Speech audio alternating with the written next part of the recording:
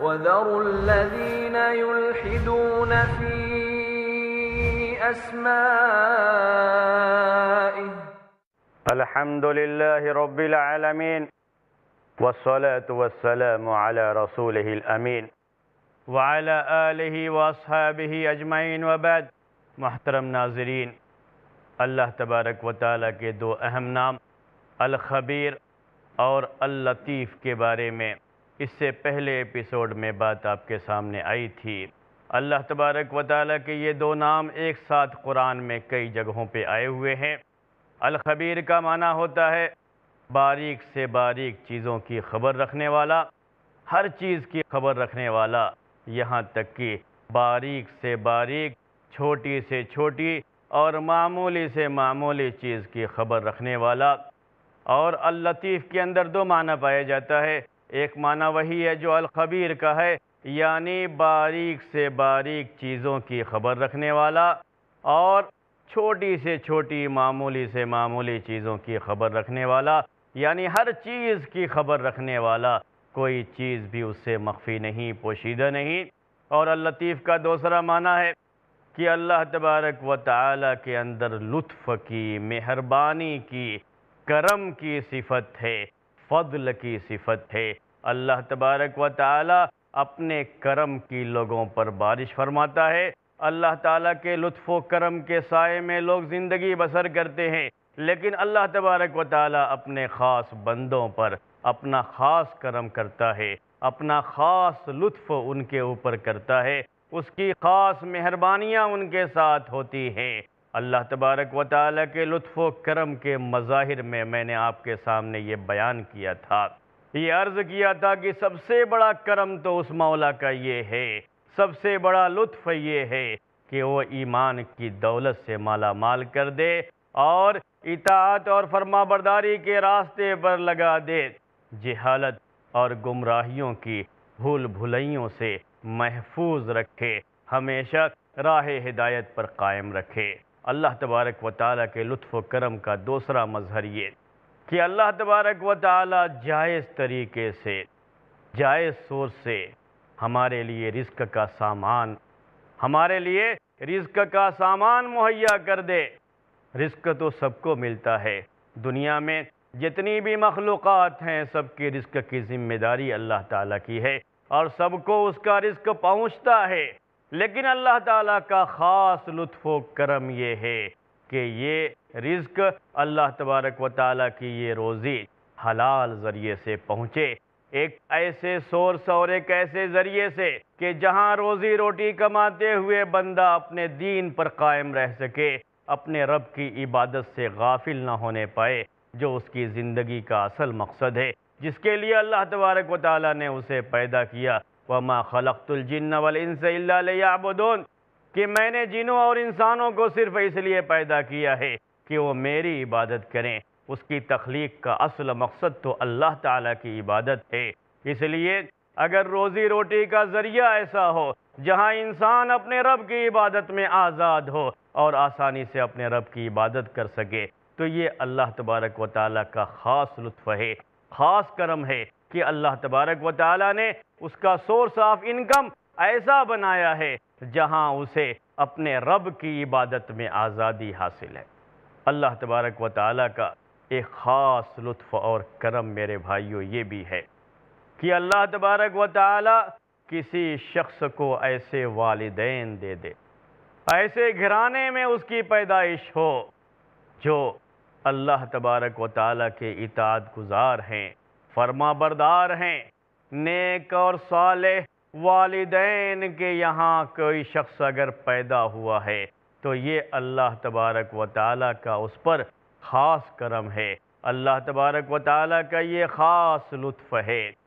یہ تو ہم میں سے ہر کوئی جانتا ہے کہ اللہ تبارک و تعالیٰ جس بندے کو جہاں بھی پیدا کر دے، جس گھر میں بھی پیدا کرے، یہ اس کا تقدیری فیصلہ ہے اور اس پر ایمان رکھنا ہمارے لیے ضروری ہے. لیکن اللہ تبارک و تعالیٰ کا جو اس کے خاص بندوں پر خاص کرم ہوتا ہے، اس خاص الخاص کرم میں سے یہ بات بھی ہے کہ اللہ تبارک و تعالیٰ کسی بچے کو ایسے ماں باپ کے گھر میں پیدا کرے جو ماں باپ اللہ تبارک و تعالیٰ کے اطاعت گزار ہیں، فرما بردار ہیں۔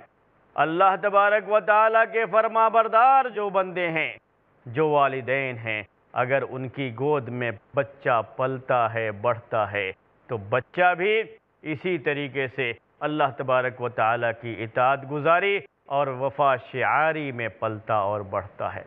اللہ تبارک و تعالیٰ کا ایک خاص لطف بندوں پر یہ ہوتا ہے کہ اللہ تبارک و تعالیٰ اسے ایک ایسی صالح ماں عنایت فرمائے کہ جب وہ اپنے ماں کی پیٹ میں ہو تو اس کی ماں اپنی صالحیت کی وجہ سے ایسے تمام کاموں سے بچے جس سے اللہ تبارک و تعالیٰ ناراض ہوتا ہے۔ ان سب کا اثر اس بچے پر پڑتا ہے جو بچہ پیدا ہونے والا ہے۔ ماں جب صالح ہوتی ہے، نیک ہوتی ہے، عابدہ ہوتی ہے، پرہیزگار ہوتی ہے، تو بچپن سے ہی بچے کی صحیح تربیت کرتی ہے۔ تو کسی بھی انسان پر، کسی بھی بندے پر اللہ تبارک و تعالیٰ کا یہ خاص کرم ہے کہ اللہ تعالیٰ نے اسے ایسی ماں دی جو صالح اور نیک ہے۔ اللہ تعالیٰ نے اسے ایسے والد سے نوازا جو والد نیک ہے، صالح ہے، متقی ہے، پرہیزگار ہے۔ اور یہ والدین جب متقی اور پرہیزگار ہوں تو گھر میں پلنے والا بچہ بھی تقوی پر اس کی پرورش ہوتی ہے، اللہ تبارک و تعالیٰ کی اطاعت اور اس کی فرما برداری پر اس کی پرورش ہوتی ہے۔ بچہ اتنا ہی پرہیزگار اور نیک ہوتا ہے جتنے اس کے والدین ہوتے ہیں، یا جس انداز سے اس کے والدین نے تربیت کی ہے اسی لحاظ سے بچے پر بعد میں اثر ہوتا ہے۔ ویسے اللہ تبارک و تعالیٰ کی توفیق سے ہر چیز ہوتی ہے۔ کبھی معاملہ الٹا بھی ہوتا ہے کہ ایک نیک ماں باپ کے بچے بگڑ کر کے شیطان بن جاتے ہیں، لیکن اللہ تبارک و تعالیٰ کا یہ بھی نظام ہے، اس کی سنت ہے کہ اللہ تبارک و تعالیٰ صالح اور نیک لوگوں کی اولاد کو صالح اور نیک بناتا ہے۔ اللہ کے رسول صلی اللہ علیہ وسلم یہ ارشاد فرماتے ہیں کہ کل مولود یولد علی الفطرہ فابواہ یہودانہ او ینصرانہ او یمجسانہ، کہ ہر بچہ فطرت اسلام پر پیدا ہوتا ہے۔ ہر بچہ جب پیدا ہوتا ہے تو اپنے رب کا اطاعت گزار بن کر کے پیدا ہوتا ہے، اور اس کے شعور میں یہی بات رہتی ہے کہ وہ اپنے رب کا بندہ ہے، اسے تنہا ایک رب کی عبادت کرنی ہے۔ لیکن جیسے اس کے ماں باپ ہوتے ہیں، بعد میں بچہ اسی پر پلتا بڑھتا ہے۔ اگر ماں باپ یہودی ہیں تو بچے کو یہودی بنا دیتے ہیں، اگر ماں باپ نصرانی ہیں، کرسچین ہیں، تو بچے کو کرسچین بنا لیتے ہیں، اگر ماں باپ مجوسی ہیں تو بچہ مجوسی ہو جاتا ہے، اگر ماں باپ نیک نہیں ہے تو بچے کی تربیت صحیح نہیں کرتے، جس کی وجہ سے بچہ بھی نیک نہیں ہو پاتا، بچہ بھی برائیوں میں بچپن سے ہی ملوث ہو جاتا ہے، کیونکہ اسی برائی کے ماحول میں اس کی پرورش ہوئی ہے، وہ پلا بڑھا ہے۔ اس سے آپ کے سامنے یہ اہم چیز واضح ہو گئی ہوگی کہ اللہ تبارک و تعالیٰ کا کتنا لطف و کرم ہے کسی انسان پر، کسی بچے پر، کہ اللہ تبارک و تعالیٰ نے اسے صالح اور نیک ماں باپ عطا کیے۔ ایک ایسے گھرانے میں اس کی پرورش ہوئی جو گھرانہ اللہ تبارک و تعالیٰ کی اطاعت گزاری اور اللہ تعالیٰ کی وفا شعاری کے لیے مشہور ہے۔ اہم چیز ہے یہ، اس کو ذہن میں رکھیں۔ اللہ تبارک و تعالیٰ کا یہ لطف و کرم ہے، خاص مہربانی ہے کہ اللہ تبارک و تعالیٰ کسی شخص کو ایسے رشتہ دار دے دے جو رشتہ دار محبت کرنے والے، اچھا برتاؤ کرنے والے، اللہ تبارک و تعالیٰ کے عبادت گزار اور اللہ تبارک و تعالیٰ کے وفا شعار ہیں۔ ایسے بندے اللہ تبارک و تعالیٰ کے جو اللہ تبارک و تعالیٰ کی عبادت کرنے والے، موحد اور متقی ہیں، اگر رشتہ دار ایسے ہیں، رشتہ دار نیک اور صالح ہیں، تو ہمارے بچوں کے لیے آسانی ہوتی ہے۔ ہمارے بچے صرف ہمارے گھر میں رہ کر کے، ہمارے ساتھ رہ کر کے پلتے بڑھتے نہیں ہیں، ہمارے بچے ہمارے رشتہ داروں کے یہاں بھی جاتے ہیں۔ اگر رشتہ دار نیک نہیں ہیں، متقی نہیں ہیں، پرہیزگار نہیں ہیں، ان کے گھروں میں ایسی چیزیں پائی جاتی ہیں جو ہمارے بچوں کے اخلاق پر غلط طریقے سے اثر انداز ہو سکتی ہیں، تو بچوں کی تربیت میں یہ چیز بڑی خطرناک ثابت ہو جاتی ہے۔ بچوں کے اخلاق بگڑتے ہیں اس سے۔ اب کتنا بڑا لطف ہے اللہ تعالیٰ کا، کتنا بڑا کرم ہے، کتنی مہربانی ہے کہ اللہ تعالیٰ نے جیسے ہمیں والدین نیک اور صالح دیے، ویسے ہی ہمیں ایسے رشتہ دار دیے جن رشتہ داروں سے ہمیں کوئی پریشانی نہیں، جہاں جانے میں ہمارے لیے کوئی مصیبت نہیں، اور جن سے تعلقات رکھنے میں ہمارے دین پر کوئی آنچ نہیں آتی، ہمارے ایمان پر کوئی آنچ نہیں آتی۔ ایسے رشتہ دار مل جانا اللہ تبارک و تعالیٰ کا بڑا کرم ہے، بڑا لطف ہے، ورنہ بڑی پریشانی ہوتی ہے رشتہ داریاں نبھانے میں۔ جو لوگ بھی اس پریشانی میں ہیں ان سے پوچھ کر کے دیکھ لیجئے۔ ہمارے بھائی اکثر یہ سوال کرتے رہتے ہیں کہ ہمارے فلاں رشتہ دار ہیں، جب وہ دعوت دیتے ہیں ہم ان کے یہاں جاتے ہیں تو ان کے یہاں بہت ساری برائیاں دیکھتے ہیں، منکرات دیکھتے ہیں، اور غلط غلط محفلیں ان کے یہاں منعقد ہوتی ہیں، غیر اسلامی رسم و رواج کے وہ پابند ہیں۔ ہم ان کے یہاں جائیں یا نہ جائیں، اگر ہم نہیں جاتے ہیں تو وہ ناراض ہو جاتے ہیں۔ ان کے گھروں میں ایسی چیزیں ہیں جو ہمارے بچوں کی تربیت کے لیے بڑی نقصان دہ ہیں۔ اگر ہم نہیں جاتے ہیں تو وہ ناراض ہوتے ہیں، اگر جاتے ہیں تو ہمارے بچے بگڑتے ہیں، ہمارے بچوں کے اخلاق پر برا اثر پڑتا ہے۔ بتائیے ہم کیا کریں؟ نہیں جائیں گے تو رشتہ داری کٹتی ہے، رشتوں کو کاٹنے کا مسئلہ آتا ہے، صلہ رحمی کا مسئلہ آ جاتا ہے کہ ہم صلہ رحمی نہیں کرتے، رشتوں کی پاسداری نہیں کرتے، اور اگر جاتے ہیں تو ایمان کا مسئلہ آ جاتا ہے، عمل صالح کا مسئلہ آ جاتا ہے، بچوں کی صحیح تربیت کا مسئلہ آ جاتا ہے۔ بڑے پریشان ہوتے ہیں، بڑے تذبذب میں ہوتے ہیں، اور بڑی پریشانی کا وہ لوگ شکار رہتے ہیں۔ کتنے خوش قسمت ہیں وہ لوگ جن کو اللہ تبارک و تعالیٰ نے نیک والدین دیے اور ایسے رشتہ دار دیے جو رشتہ دار نیک ہیں، صالح ہیں، اور جن کے یہاں جانے کی وجہ سے ہمارے بچوں کی صالحیت میں، ہماری صالحیت میں اضافہ ہوتا ہے، ہمیں ان کے ایمان پر اور ان کے تقوی پر کوئی خطرہ محسوس نہیں ہوتا۔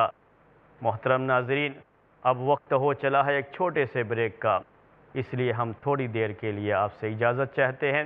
بریک کے بعد پھر اللہ تبارک و تعالیٰ کی جو لطف و کرم ہیں، اللہ تعالیٰ کی جو مہربانیاں ہیں، وہ باتیں آپ کے سامنے پیش کی جائیں گی۔ تب تک کے لیے اجازت دیجیے۔ السلام علیکم ورحمۃ اللہ وبرکاتہ۔ وَلِلَّهِ الْأَسْمَاءُ الْحُسْنَى فَادْعُوهُ بِهَا۔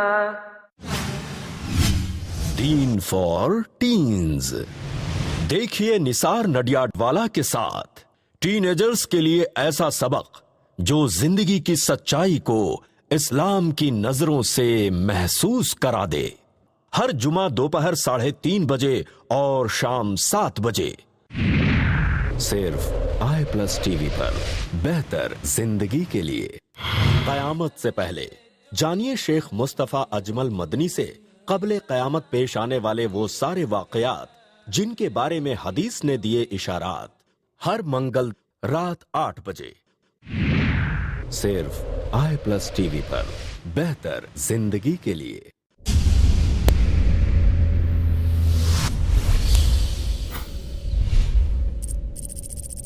اپنے کیبل یا DTH آپریٹر سے i+ TV آج ہی ڈیمانڈ کریں۔ i+ TV free to air اور انڈین رجسٹرڈ چینل ہے۔ وَلِلَّهِ الْأَسْمَاءُ الْحُسْنَى فَادْعُوهُ بِهَا۔ السلام علیکم ورحمۃ اللہ وبرکاتہ۔ محترم ناظرین، اللہ تبارک و تعالیٰ کے 2 نام الخبیر اور اللطیف کے بارے میں بات چل رہی تھی۔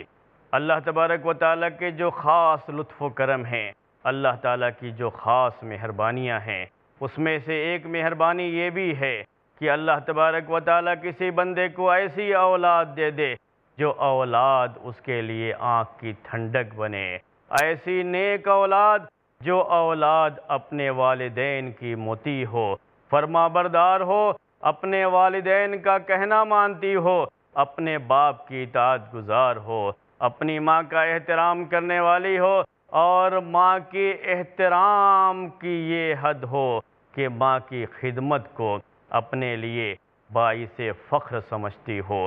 ایسی اولاد اگر کسی کو مل جاتی ہے تو دنیا میں بہت بڑی یہ نعمت ہے۔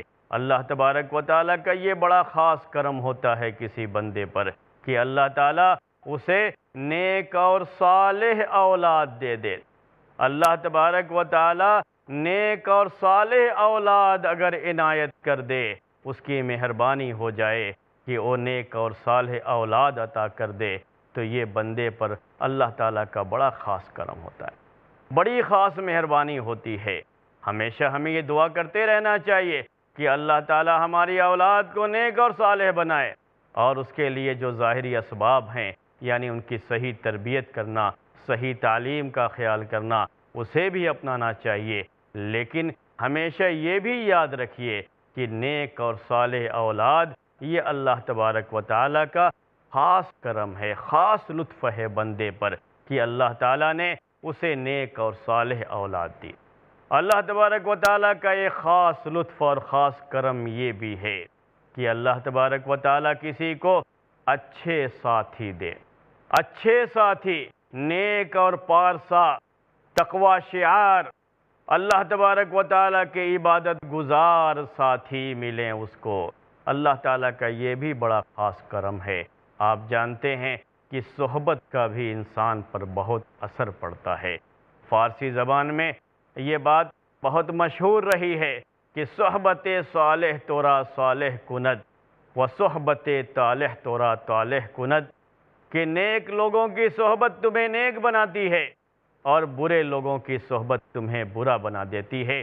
یعنی اگر نیک لوگوں کی صحبت اختیار کرو گے تو یہ سبب بنے گا تمہاری نیکی اور تمہارے تقوی کے لیے، اور اگر برے لوگوں کی سنگت اختیار کرو گے، برے لوگوں کے ساتھ رہو گے، تو برائی میں وہ تم کو بھی شامل کر لیں گے اور ان کا ساتھ تمہیں برا بنا دے گا، تمہاری برائی کا سبب بن جائے گا۔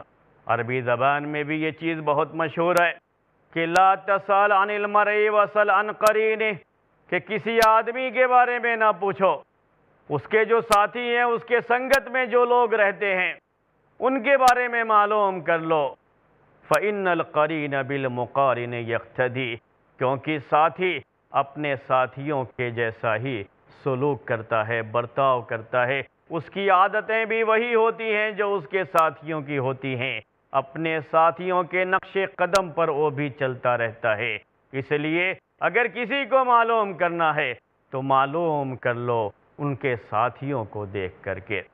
اردو میں ہم یہ بات بھی سنتے رہتے ہیں کہ چور اور سپاہی کبھی دوست نہیں ہو سکتے۔ اگر چور اور سپاہی کا ساتھ دیکھو تو سمجھ جاؤ کہ یا تو دونوں چور ہیں یا تو دونوں صحیح ہیں، ایک صحیح اور ایک غلط، یہ دونوں کبھی بھی مل کر کے نہیں چل سکتے۔ صحیح کا اپنا راستہ ہوگا، غلط کا اپنا راستہ ہوگا۔ اگر صحیح ہے تو پھر وہ صحیح راستے کو ہی اپنائے گا۔ نیک آدمی نیک لوگوں کی صحبت اختیار کرتا ہے، برا آدمی برے لوگوں کی سنگت اختیار کرتا ہے۔